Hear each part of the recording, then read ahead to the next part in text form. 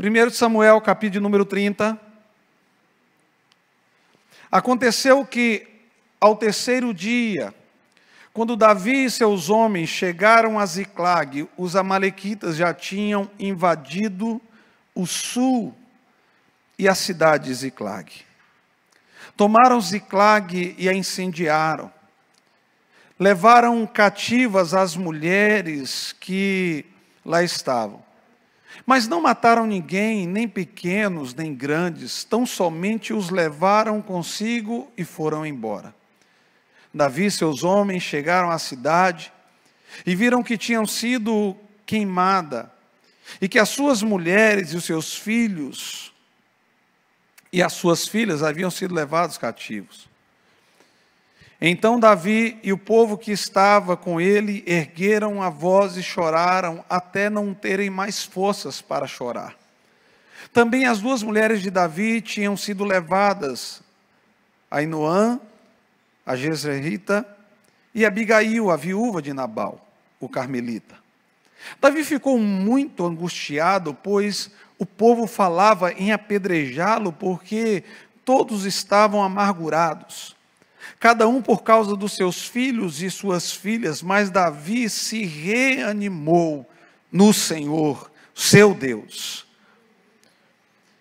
Verso 7, Davi disse a Abiatar, o sacerdote, filho de Aimeleque: traga aqui a estola sacerdotal. E Abiatar a trouxe a Davi. Então Davi consultou o Senhor, dizendo: devo perseguir esse bando? Conseguirei alcançá-lo?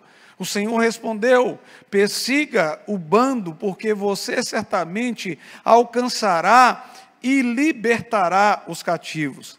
Então Davi partiu, ele e os 600 homens que com ele estavam. Chegaram ao ribeiro de Besor, onde os retardatários ficaram. E Davi e os 400 homens continuaram perseguindo, mas 200 ficaram atrás e não puderam passar o ribeiro de Besor, de tão cansados que estavam. Encontraram no campo um homem egípcio e trouxeram a Davi. Deram-lhe o pão e ele-lhe também um pedaço de passa de figos secos e 2 cachos de passa, e ele comeu. Assim recobrou forças, pois havia 3 dias e 3 noites que não comiam pão, nem bebiam água. Então Davi lhes perguntou: de quem você é e de onde você vem? E o moço egípcio respondeu: eu sou servo do amalequita, o meu senhor me deixou aqui, porque adoeci há 3 dias. Nós invadimos o lado sul dos Queretitas, o território de Judá, ao sul de Calebe, e pusemos fogo em Ziclag. Então Davi lhe perguntou: você poderia me levar a esse bando? E ele respondeu: jure por Deus que não vai me matar, nem me entregar nas mãos do meu senhor, e eu o levarei a esse bando. Eu vou parar por aqui, vou pedir que a sua Bíblia continue aberta, por favor. Eu quero poder discorrer nessa noite em cima desse texto e compartilhar contigo algumas reflexões. Eu quero que você possa pensar juntamente comigo nessa noite algumas lições valiosas dentro desse texto. Queridos, eu não sei se você já viveu a experiência e a triste experiência de, em algum momento, chegar à sua residência ou talvez a um veículo que você possui e de repente perceber que alguém que não foi você e sem a sua autorização mexeu, invadiu, subtraiu, furtou algo que não lhe pertencia. Irmãos, se você já viveu isso, sabe que a sensação ela é horrível. Ela é uma sensação de um tamanho sentimento de impotência ao mesmo tempo, por ver que alguém foi lá e tocou em algo que era seu, que te pertencia. Há, por um momento, um sentimento de falta de impotência total em poder cuidar daquilo que é seu, e de fato nós não podemos cuidar o tempo todo. Me lembro de uma ocasião que nós havíamos ido para um evento de homens, e ao retornar, No dia seguinte, chegamos no domingo, já quase do horário do culto, fomos já para a igreja. No dia seguinte, levantei cedo para ir comprar pão, e quando abri o portão, notei que parte de um item nosso de casa estava na porta da rua. Eu disse, estranho isso. E então eu me dei conta de que alguém havia invadido a residência e havia levado algo nosso. Irmãos, fica aquela incerteza, será que vai voltar? Será quem foi? E se eu tivesse chegado justamente na hora que estava essa pessoa aqui? Ou se alguém tivesse visto? Passa pela nossa mente uma série de pensamentos.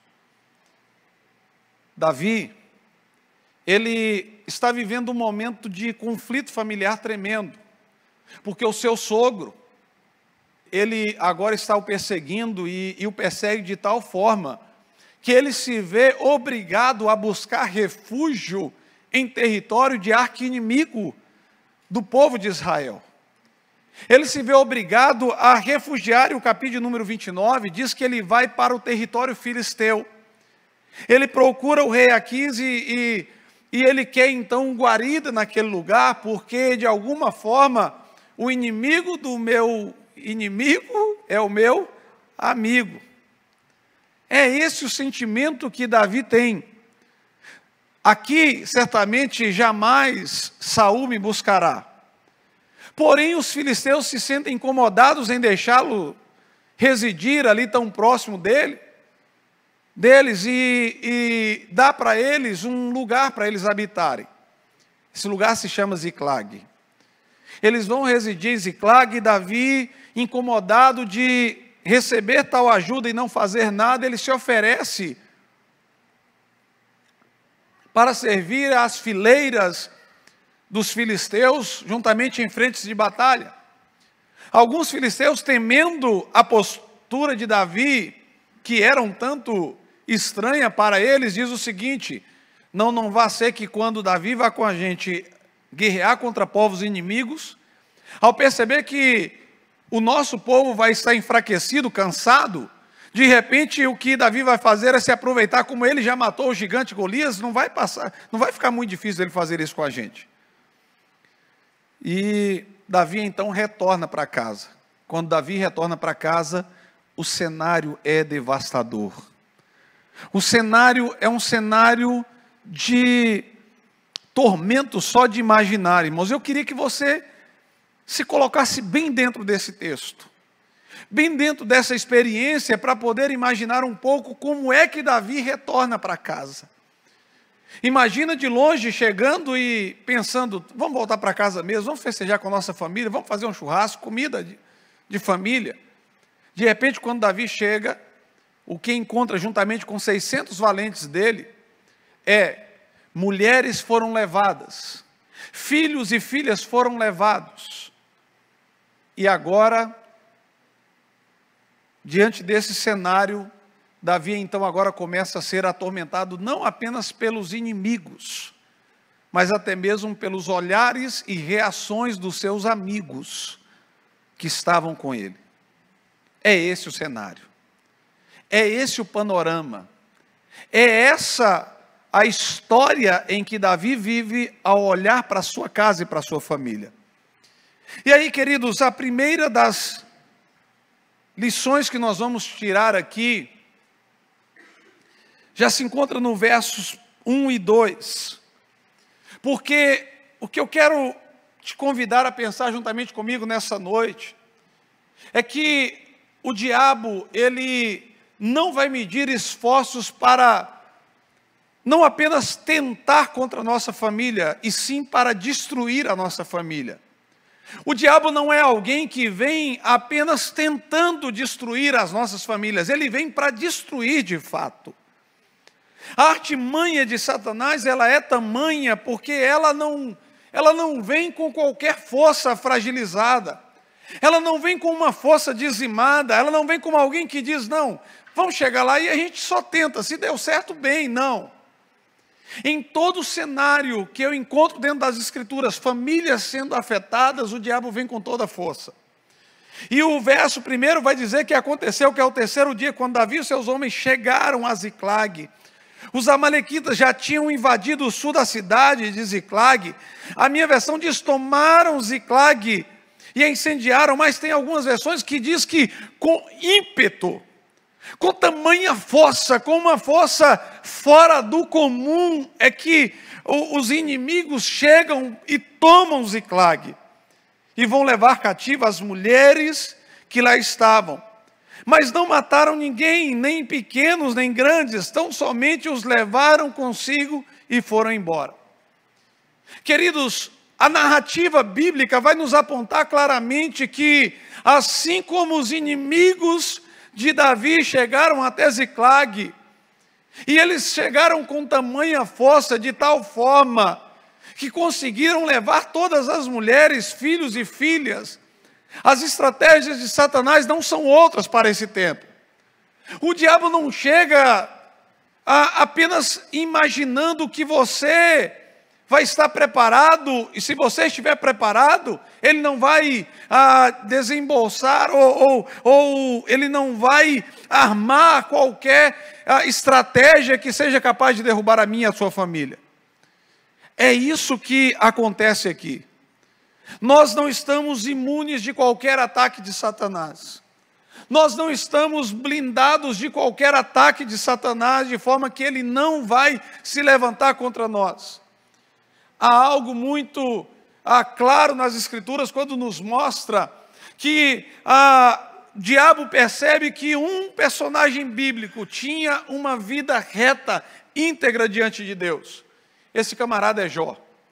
Quando o diabo percebe que Jó era esse homem reto e íntegro, que fazia tudo o que era reto diante do Senhor, a estratégia de Satanás é: vamos começar a mexer no que ele tem. Vamos começar a mexer nos bens dele, vamos começar a mexer na família, mexer na saúde dele. Mas a família de Jó também é afetada.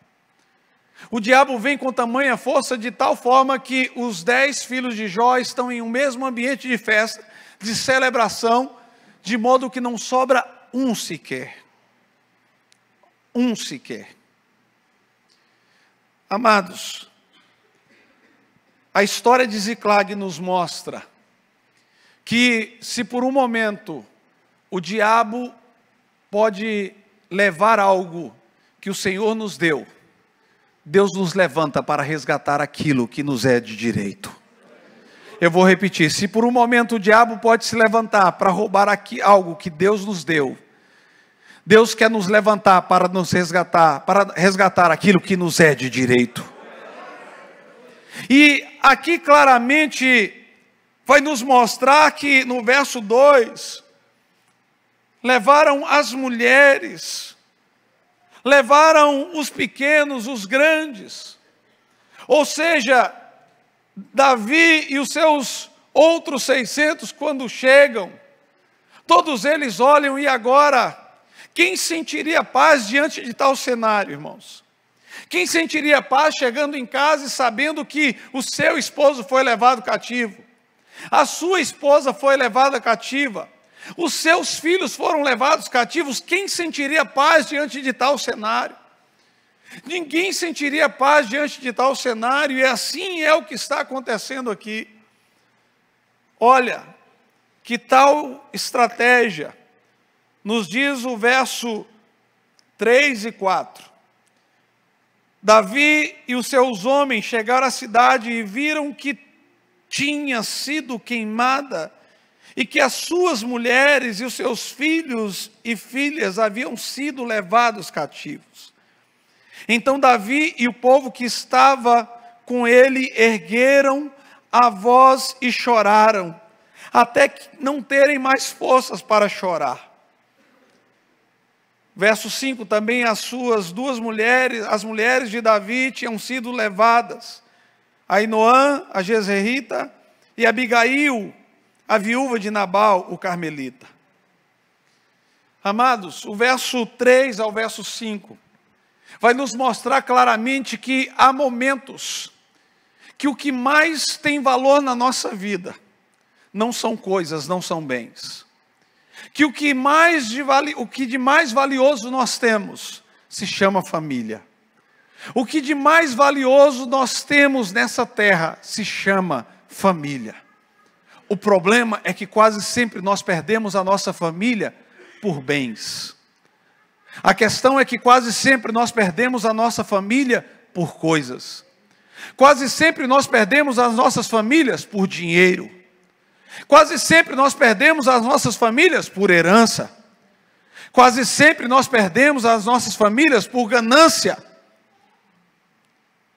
E o texto vai nos mostrar, irmãos, que ainda havia coisas para eles recuperarem. E o que agora o coração desses homens está angustiado não é pela cidade, porque aquilo se constrói novamente. Casas se levantam novamente, pode passar um mês, 1 ano, 10 anos, podem ser reconstruídas. Mas o que está angustiando o coração desses homens é que as suas mulheres e os seus filhos foram tirados. É que o bem mais valioso já não estava mais ao alcance do olhar deles. É que havia algo que precisava ser resgatado e restaurado, que não estava naquele mesmo ambiente. Porque, irmãos, a estratégia de Satanás não é tirar de nós um emprego, uma porta de trabalho, mas é tirar a harmonia de dentro de casa quando uma porta de trabalho nos falta. A estratégia de Satanás, irmãos, não é tirar de nós algum bem, um carro, uma casa, porque ele sabe que isso pode ser reconquistado, talvez até com maior rapidez do que o primeiro que foi perdido, ou talvez até com maior qualidade. Mas a estratégia maior de Satanás é tirar a nossa paz, que é roubada quando algo de muito importante nós temos na nossa vida. Amados, eu acho que eu já contei essa experiência para alguns. Um ano nós tínhamos um pequeno grupo a 45 quilômetros da cidade onde nós vivíamos, na Espanha, retornando por volta de quase meia-noite. Um cão de caça enorme, mais ou menos de uns 80, 90 centímetros de altura, de tão alto que era, apareceu do nada no meio de uma autoestrada. Não estava em uma velocidade também tão fora do normal, sem tempo para desviar, tive que dar de frente com aquele cachorro. A poucos quilômetros tive que parar, o veículo então havia dado uma pane, e o guincho veio, levou o veículo para a oficina. No dia seguinte eu fui até a oficina, e o mecânico me disse: o seu carro não tem jeito, não vale a pena. Naquele momento, eu tinha levado um vizinho, tinha pedido que o vizinho do edifício onde eu morava me acompanhasse até aquele lugar. E eu sabia, irmãos, que espiritualmente era uma retaliação. E nós havíamos vivido isso, e o Espírito Santo de Deus trouxe ao meu coração que era uma retaliação do inferno. E naquele momento que o mecânico me deu tal notícia, a única palavra minha para ele foi: se Deus me deu, assim como Deus me deu esse, Ele me dará outro veículo. O vizinho que estava comigo me disse assim, logo depois falou assim: eu não sei com que tranquilidade você está dizendo isso. Eu falei: com a tranquilidade de alguém que confia em Deus. Porque essas coisas podem ser reconquistadas, e em pouco tempo, não apenas foi reconquistado o veículo, como também o trabalho da pessoa que me vendeu o veículo. Eu comecei a trabalhar na empresa dele, no hotel dele. Ou seja, essas coisas, irmãos, elas têm até de certo modo uma importância na nossa vida, mas elas não podem ter um valor que supere ou sobrepasse o valor de pessoas na nossa vida. O que você tem de mais importante que Deus te colocou nessa terra se chama família. Pastor, mas eu tenho uma família complicada. Eu tenho uma família que, se o senhor tivesse nela, o senhor nem ia querer ser parte dela. Meu irmão, deixa eu te falar uma coisa. Se Deus te colocou nessa família, plantou nessa família, é porque de repente Ele quer te levantar como canal e instrumento de bênção nessa família. Porque Ele quer te levantar para reescrever a história da sua família. A atitude dos homens é uma atitude de lamento de tal forma que as forças se esgotaram, choraram sem buscar qualquer saída. Mas nós vamos encontrar a atitude de alguém que vai atrás para reconquistar o que Deus lhe deu por herança. Porque Davi é um homem que entende que Deus deu para ele por herança uma família e uma casa. E o verso de número 4 vai dizer o seguinte: Davi ficou também muito angustiado, pois o povo falava em apedrejá-lo, porque todos estavam amargurados, cada um por causa dos seus filhos e suas filhas. Mas Davi se reanimou no Senhor, o seu Deus. Queridos, enquanto os homens, os 600 valentes de Davi, estão agora querendo buscar um culpado para o caos da família, enquanto agora aqueles homens, chefe de casa, estão querendo buscar um culpado, quando olha e diz: só tem um culpado nessa história, é Davi. Bora todo mundo lá na casa de Davi, vamos lá pegar Davi. Vamos falar com Davi que ele é o culpado nessa história. Vamos colocar Davi contra a parede e de tal forma que Davi vai ser agora encurralado e até apedrejado, porque Davi é o maior culpado nessa história. Na cabeça desses homens, o maior culpado da história é Davi. Eles não conseguem olhar para o inimigo de fato. Eles não conseguem sentir o desejo de se refugiarem no Senhor para ir atrás do verdadeiro inimigo. Meus irmãos, isso nos ensina que quase sempre nós estamos querendo buscar culpáveis errados, quando na realidade a atitude de Davi é um contraponto, um contrassenso daquilo que estava acontecendo com esses homens. Enquanto alguns estão indo atrás de Davi, Davi está indo atrás do Senhor. Enquanto alguns estão olhando dizendo Davi é o culpado, Davi está se refugiando no Senhor e dizendo: Deus pode fazer algo diferente. Deus pode mudar a história, Deus pode melhorar esse cenário, Deus pode recuperar a minha casa. Porque no coração de Davi o refúgio certo para ele é o Senhor. O refúgio de Davi é o mesmo do Salmo 91, é a sombra do Onipotente, e nela ele vai descansar. Meu irmão, minha irmã, entenda que a estratégia de Satanás é nos fazer olhar para inimigos equivocados, tirar o foco dele, que é o verdadeiro inimigo, tirar o foco de quem é o verdadeiro inimigo. E deixa eu te falar uma coisa: Davi, ele sabe que ele precisa ir conquistar aquilo que havia sido perdido de alguma forma. A dor da perda está presente no coração de Davi. A dor da perda está ali presente.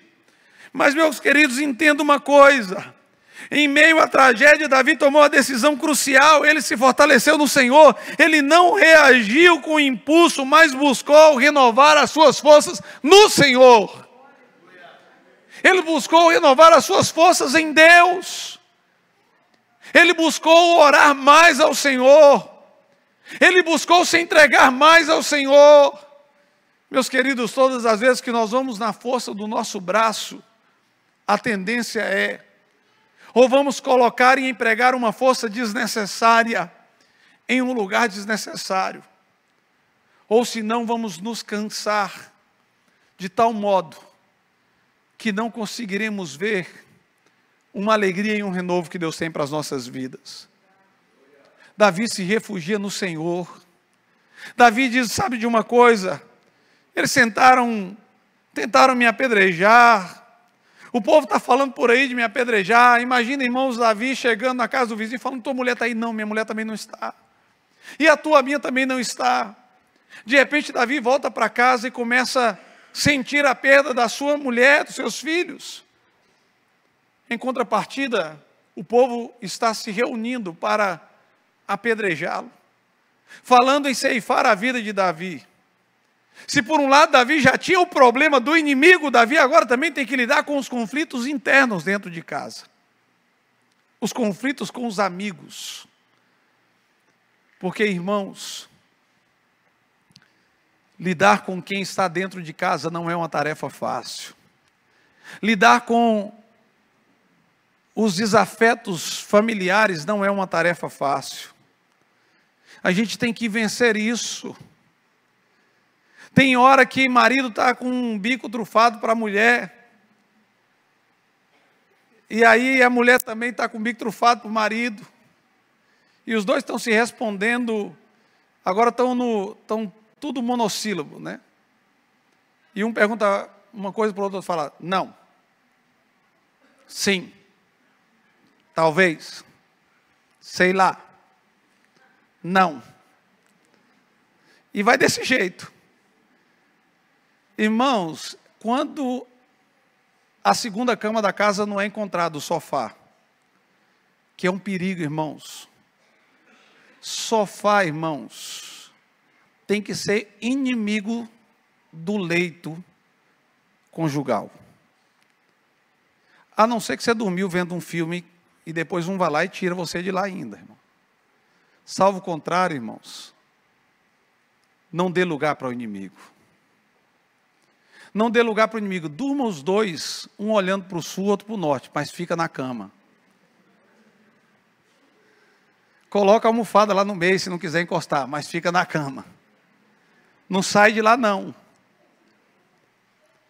Porque, irmãos, é dar brecha.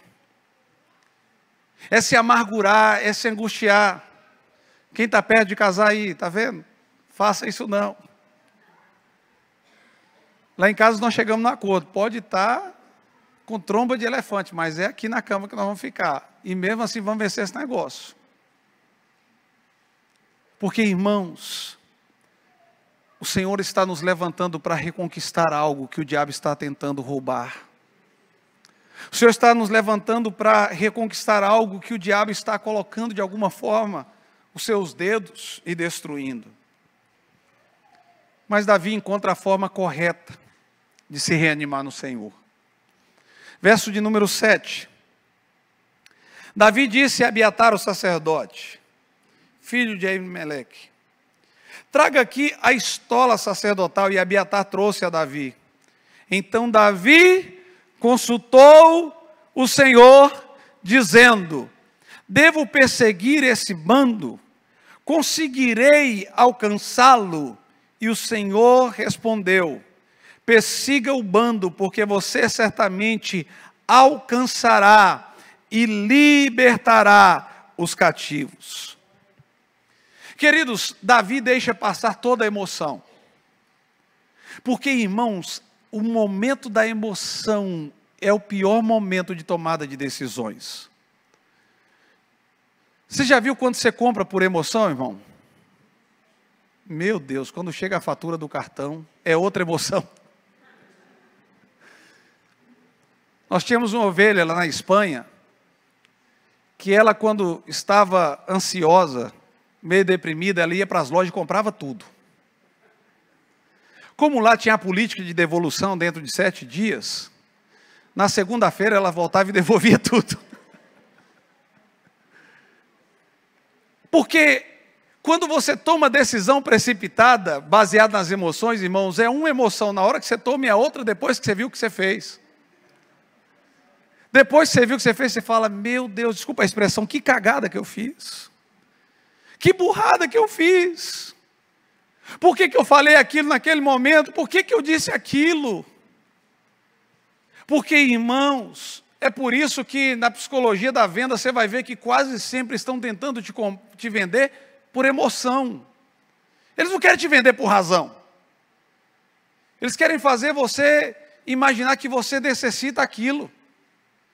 Irmãos, uma vez eu estava vendo um programa que é tipo esse de Polishop, e tinha uma batedeira orbital que fazia não sei mais o que, parecia o Transforme. Que eu nem sei fazer bolo, mas eu estava desejando aquela batedeira. Eu estava quase que comprando aquele negócio. que essa peça que faz aquilo que ela... Falei, que troço bonito. E aquele negócio estava tão florido, irmão. Porque muitas vezes a gente é pego pela emoção. Mas Davi não toma decisão baseada na emoção dele. Ele não diz, eu vou recuperar minha família. Deixa eu sair igual doido. Peraí, não. Davi para. Renova as suas forças no Senhor. Alguém que chegou cansado de ouvir tanta coisa, tanta ladainha, tanta palavra indesejada. Tanta fala desnecessária. Imagina, irmão, chegando ao ouvido de Davi, um tras outro. Você é o culpado. Foi você que deixou levar minha mulher. Foi por sua causa que minha mulher e meus filhos foram embora. E agora como é que eu vou fazer? Você agora vai ter que dar conta. E não sei mais o que, mais quanto. Davi, ouvindo toda aquela ladainha, Davi fala, sabe de uma coisa? Eu não vou tomar decisão agora. Primeiro eu vou me refugiar no Senhor. Primeiro eu vou para a presença do Senhor para buscar tomar a decisão correta. Eu vou buscar de Deus o direcionamento que eu preciso para a minha vida, porque sem esse direcionamento eu vou fazer mais uma burrada da minha vida. Irmãos, eu fico só tentando imaginar a cabeça de Davi, recebendo 600 homens dizendo que ele é culpado. Por um momento passando no coração de Davi, gente, e se eu não tivesse ido lá? E se eu não tivesse levado comigo 600, tivesse levado só 300 lá nos filisteus? E se eu não tivesse movido aqui de casa? E se eu não tivesse feito isso, feito aquilo? Porque às vezes nós somos dados a chorar o leite derramado, irmãos. Só que depois que o leite derramou, meu querido, minha querida, a única solução é fazer agora as coisas da forma certa. E leite é um troço, irmão, que eu nunca vi um negócio daquele. Você coloca lá no fogo, você fica vigiando o troço o tempo todo, 30 minutos para ferver. Você vira 1 segundo para o lado, quando você volta o negócio está entornado. Isso nunca aconteceu com você, não sei. Mas eu sei que, irmão, o negócio é... Sabe, não adianta mais chorar o leite derramado. Já derramou, irmãos. É a postura pós-mensagem, pós-notícia, pós-erro que a gente precisa tomar corretamente. Davi diz o seguinte, sabe de uma coisa? Eu não vou precipitadamente, primeiro vou me refugiar no Senhor, vou buscar o Senhor. Irmãos, está tendo problema em casa, se refugie no Senhor. Irmãos, está tendo problema, se refugie no Senhor. Queridos, fica mais uma vez o apelo, nós estamos tendo um momento consagre e é um momento prazeroso da presença do Senhor. Ore ao Senhor, busque ao Senhor, irmãos. Davi, ele decide dar os passos corretos. Chama Abiatar lá para mim. Chama o sacerdote. Eu quero ouvir do Senhor, eu quero ter clareza nas minhas decisões, eu quero ter firmeza nos próximos passos. Se o Senhor tem me levantado para resgatar o que o diabo roubou, eu preciso dar os passos corretamente agora. Eu preciso fazer as coisas da forma certa agora. Se até aqui eu errei, a partir de agora eu quero fazer as coisas da forma certa. Eu não vejo o profeta Abiatar sendo chamado nem consultado para Davi ir até os filisteus. Eu não vejo o profeta Abiatar, eu não vejo a estola sacerdotal entrando em cenário quando Davi decide por força própria ir até os filisteus. Porque, irmãos, todas as vezes que nós estivermos nos conduzindo com força própria, tenha certeza, vai dar errado. Deixa-se conduzir pelo Senhor, deixa-se guiar pelo Senhor, deixa de lado as emoções, porque quase sempre nós somos tomados por emoções para tomar decisões, e quando a gente toma depois, quebra a cara. Quantos relacionamentos que deram errado, sabe por quê? Porque apenas foi colocado à mesa as emoções do momento, carências afetivas, e depois, irmãos, meu Deus, dá trabalho para resolver, gente. Espera um pouquinho mais, se refugie no Senhor, busque no Senhor direcionamento, e depois de ter direcionamento do Senhor, aí sim, porque o texto também me ensina uma coisa, se Deus for consultado da forma correta, Ele sempre terá resposta para as nossas vidas. Deus sempre tem resposta para aqueles que buscam. É por isso que a Bíblia diz que aquele que bate, abre, aquele que pede, recebe. É por isso que a Bíblia diz que aquele que busca, encontra. Porque Deus sempre tem resposta para quem de fato está desejando encontrar nele um direcionamento claro. Mas quase sempre, irmãos, nós vemos Deus entrando em panoramas de consertos e restaurações, quando deveria ser um processo de construção. Nós estamos quase sempre recorrendo a um Deus para uma reconstrução. Mas eu tenho uma boa notícia para te dar, porque Deus tem prazer também em reconstruir. Deus tem prazer também em reconstruir histórias. Deus tem prazer também em reconstruir laços familiares. Deus tem prazer em reconstruir casamentos. Deus tem prazer em reconstruir famílias. Deus tem prazer em reconstruir aquilo que o diabo roubou. Louvado seja Deus. O profeta Abiatar então vai dizer assim: olha, pode ir, persiga o bando, porque certamente você alcançará e libertará os cativos. Davi vai partir, irmãos, com 600 homens. Davi vai partir agora, e os seus homens no meio do caminho vão encontrar um egípcio doente, abandonado. E ao cuidar dele, eles vão descobrir que esse homem conhece o paradeiro exato. E a compaixão agora vai abrir a porta da vitória. Irmãos, Deus vai levantar um homem que eles nem imaginavam, um homem que era cativo do povo, que foi saquear a cidade, e é o homem que vai ser resposta de Deus para a vida deles. Sabe por quê, irmãos? Porque a bondade no caminho, Deus usa o inesperado para nos ajudar. Há bondade no caminho e Deus usa o inesperado para nos ajudar. Deus vai usar aquilo que não estava no cenário. Deus vai usar alguém que não estava no contexto. Deus vai usar alguém que não estava envolvido, entremeado na história para nos ajudar, porque Ele trabalha da forma que Ele quer.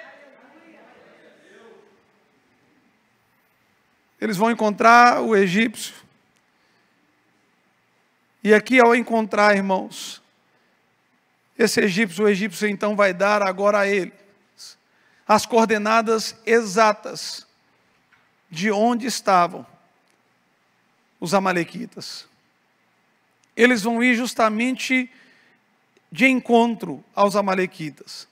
Às vezes, irmãos, a sua bênção está ligada à sua atitude de alguém que parece que estava fora de rota, mas não ignore os sinais de Deus para a tua vida. É Deus reconsertando a história. É Deus recolocando a história no lugar, é Deus ajustando a história para que agora o resgate seja pleno e completo mesmo, a maneira dele, não mais a maneira de Davi. Alguns homens estão cansados e vão ficar pelo caminho, outros vão seguir, mas Deus dá uma vitória completa, porque Deus tem prazer em restaurar tudo o que foi perdido. Olha o que diz do verso 16 ao verso 20. E ele levou Davi até lá, e eis que os amalequitas estavam espalhados por toda a região, comendo, bebendo e fazendo festa por todo aquele grande despojo que tomaram da terra dos filisteus e da terra de Judá. Davi os atacou e lutou contra eles, desde o crepúsculo até a tarde do dia seguinte, e nenhum deles escapou, a não ser os 400 moços, que montaram em camelos e fugiram. Assim Davi salvou tudo,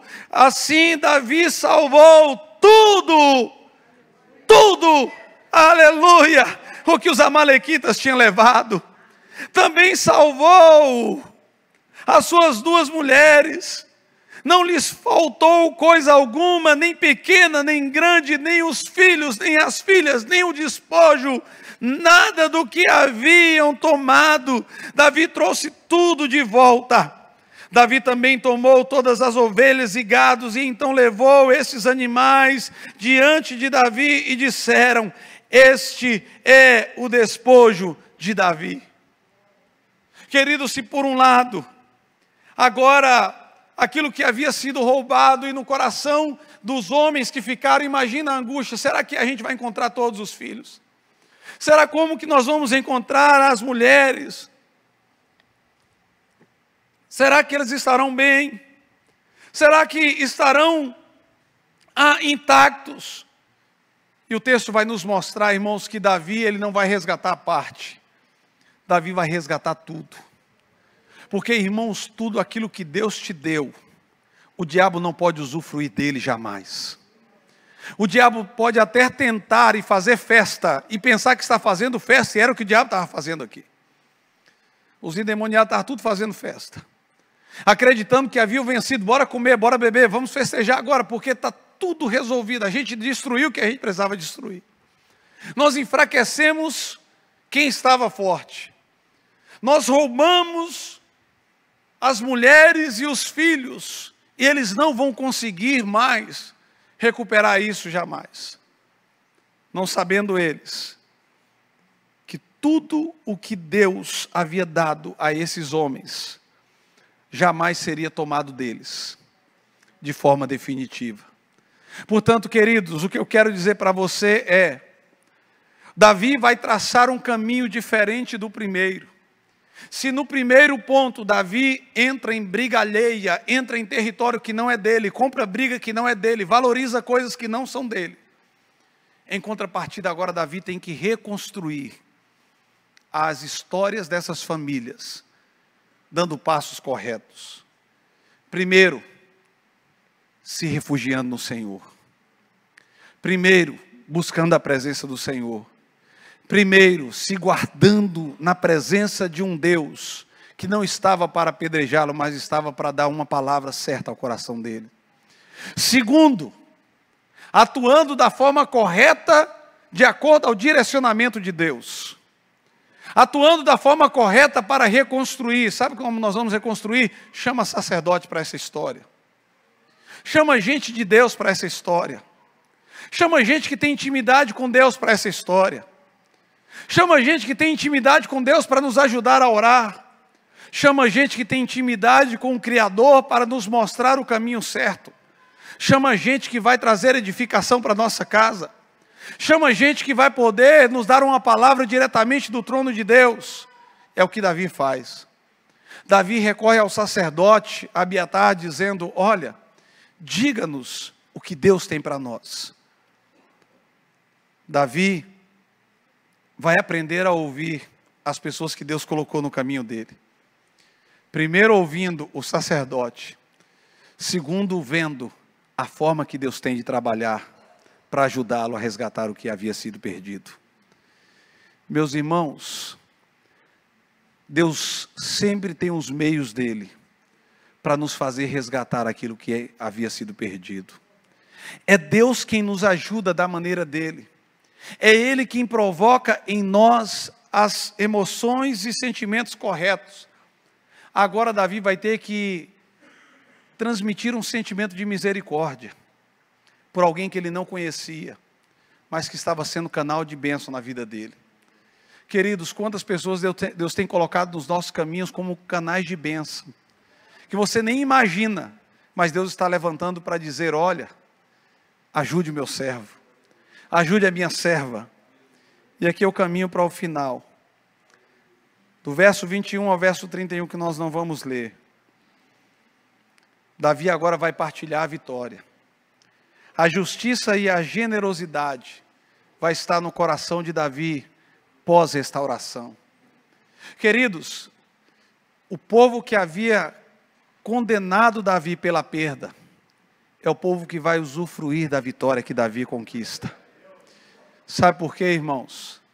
Deus nos resgata e nos restaura, não para nós ficarmos lançando na cara de alguém os erros que eles cometeram.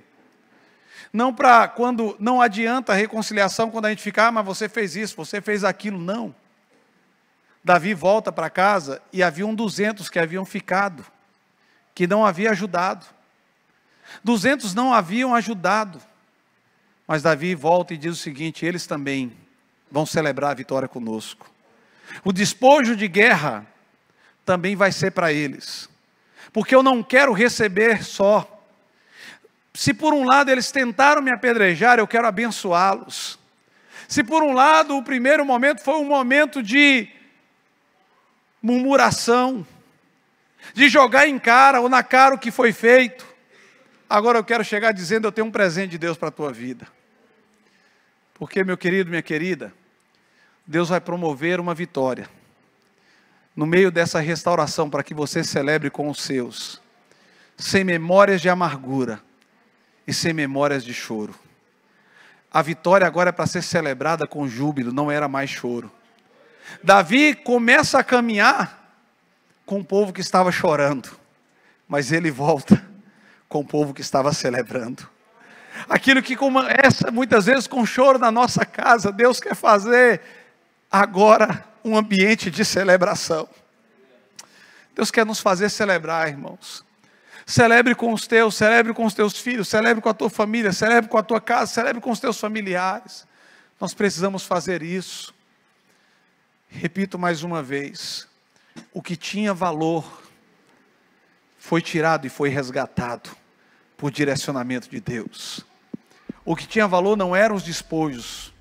O que tinha valor não eram as casas. O que tinha valor não eram os trabalhos. O que tinha valor não eram os cargos. O que tinha valor era a família. Eu quero te convidar a se colocar de pé nesse momento. E eu quero orar nessa noite.